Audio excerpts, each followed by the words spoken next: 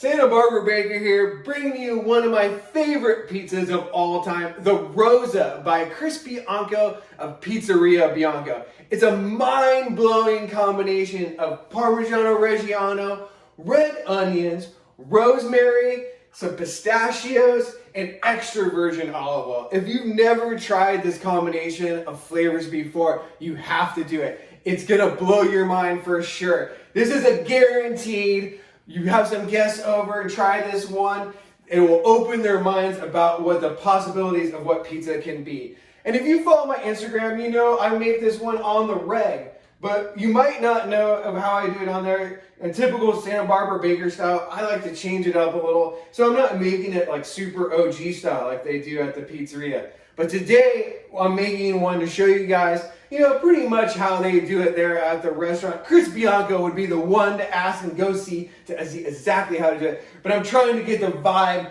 down a little bit better on this one to go more in the essence of the true form of the Rosa. Starting off with the Parmigiano Reggiano, coarse grate on this, nice and chunky. That's what you want. Generous amount goes on here. You want to make sure that you have enough cheese on to weight down that dough a little bit because there's not any sauce or anything on this pizza, leaving about an inch of crust or so on the outside. Up next, the red onions. You got to go super thin slice on these. You see these?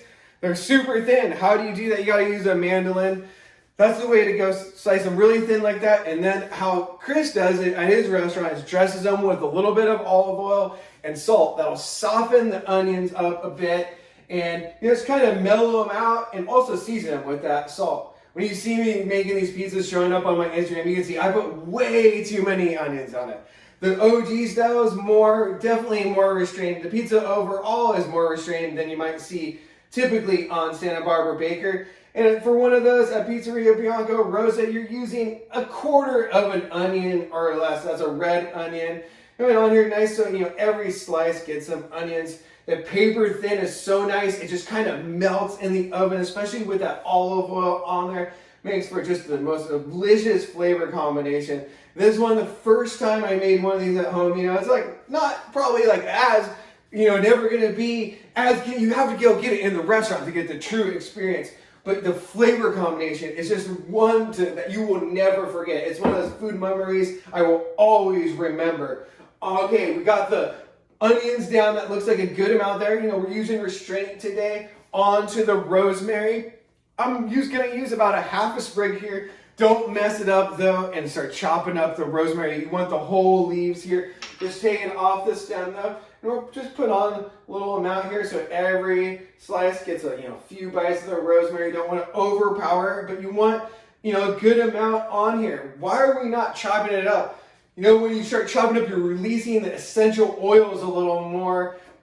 And you get a stronger flavor of that rosemary, which sometimes you want. But for how they're doing it over there at Pizzeria Bianco, where these holes, the whole is the way to go. That looks good. Maybe one more slice there. I just can't resist sometimes. Try and be restrained. All right, on to the pistachios. Typically, when I'm baking, I'll put these on actually underneath the cheese to insulate them.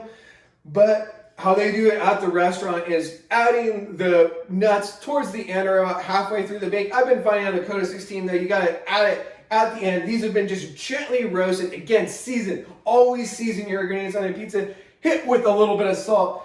This pizza looks great. We'll finish it off with a dank olive oil after it gets out of the oven. I'm going to get this thing loaded up. I'll meet you outside at the oven. I got the Coda 16 turned down for this bake. Full preheat though. Turn it down. I'll meet you at the oven. It's pizza time. Loading up our Rosa into the Coda 16. I have the oven all the way turned down after a full preheat. By full preheat, I always recommend going at least 30 minutes regardless if you're going to turn that pizza down, or turn the oven down before you're loading the pizza. You want the oven to just completely heat up. Gonna start here. I noticed with this pizza, it's a little bit difficult to bake sometimes because there's not a lot of weight on the center of the pizza. So I play around with it. It's always sketchy. It's just like kind of popping this down. I feel like you could dock it. I haven't really got this part of it down. Maybe I just need a little bit more cheese, but tread lightly when you're doing this. You can definitely set yourself up for a rib pie. I'm thinking about a first turn here, keeping an eye on it. I see that it's a little bit sticky there, sketchy for sure. Come around to the other side here, see if we can sweep this under. All right, we're getting in for a first turn here. Wish me luck, it's popping up. Super sketchy here on this one. Oh, we got it. We're still baking here. We're good. No rips yet. Doesn't look like it's quite burning yet. Let's get the turn here. It's so delicate. Going on so far. We got this thing. We got it. We're in it. All right. Look at that. Not burnt either. That was totally sketchy.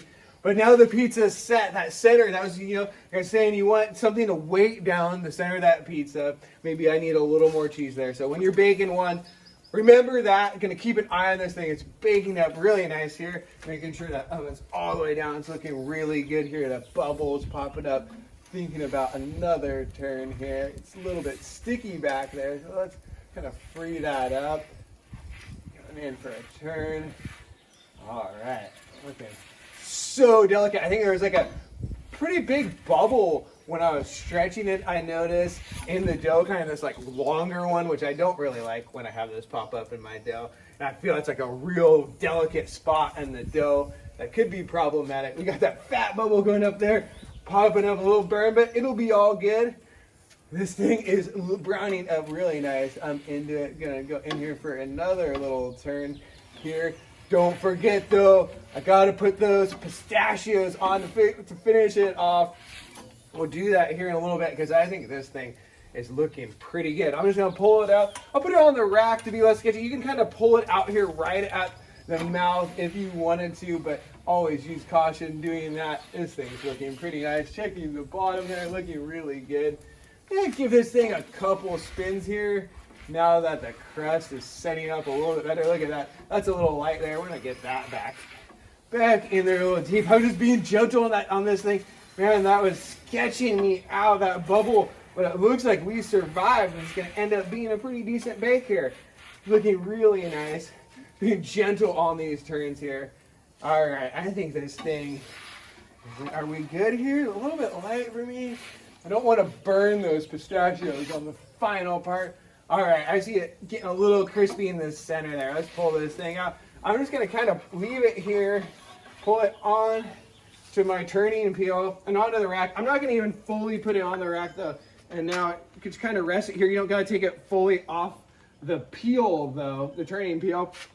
Hit it with a nice, it's a tablespoon of pistachios that have been gently roasted and hit with some salt. It's a pretty nice little generous amount of pistachios. Then we'll hit it back into the oven, roast those things off. You could finish with the nuts, but what I find is this becomes, when you add the nuts like this, it kind of melts, it hits that melted cheese a little bit, becomes one.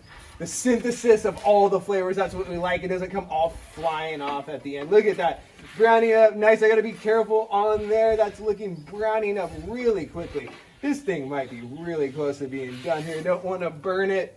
The dough looks really nice today. This is all on my natty dough. That recipe is up on SantaBarbaraBaker.com. That's the spot where all my recipes are. This thing's got to be done here. Man, look at it. So good. Bomb. I think is that a little light there? I think we're about done. Don't want to burn those pistachios. Maybe one more little spin here. All right. Let's get on with it. I think it's done. Let's get it out of here. It's looking so good before it burns. The pizza, the Rosa of Chris Bianco, Pizzeria Bianco, looking so dank. Gonna get this thing onto the rack. Let it hang out. Meet you at the table. We'll take a look at the pizza. Hit it with a nice, generous glug of some extra virgin olive oil. Slice it up and have a taste. It's pizza time. Here with the Rosa, the smell coming off this thing is absolutely unreal. That rosemary, the onions, when it all comes together, it's a beautiful pizza. And the bake looks pretty good to me.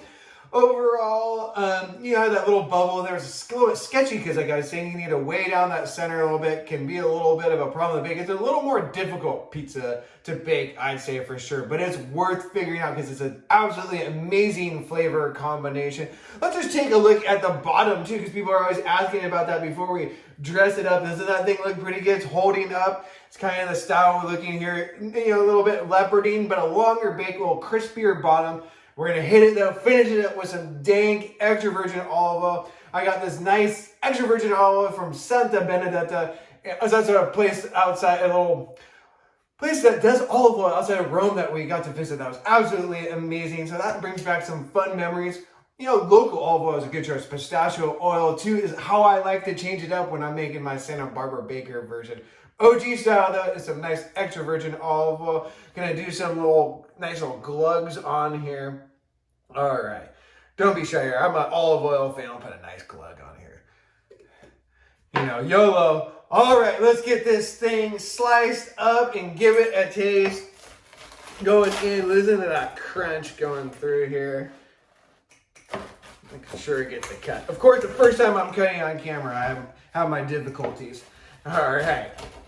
Cut a slice here, a little bit crispy, but that's what we like, picking it up. Look at that, Vic. The whole structure on there, nice airy crust, looking pretty bomb. The extra virgin olive oil, Chris Bianco says, of dragging that little piece through the oil, making it for the super dank. Let's get in and give this thing a taste. I've made this pizza hundreds of times, and it blows my mind every time. And I don't use that term lightly. Blowing my mind. This combination is unreal for sure. You have to give it a try. You know, some people might not be into some of the ingredients on this one, but when it all comes together, I was like, what was there a sauce on there? What did you put on that pie? That smell of that rosemary, everything as it comes together. It is an absolutely delicious pizza, baked up pretty nicely here on my naturally fermented dough. That recipe's up on santabarbarabaker.com along with all my recipes. Thank you to Chris Bianco for inventing such an amazing pizza and for his support of all the pizza makers and everything he does out there. He's a real OG in the pizza world and one of my biggest inspiration for pizza. So thank you, Chris. Hope you guys enjoyed this one. If you did, please like and subscribe. You can follow me on Instagram. I'm Santa Barbara Baker on there as well.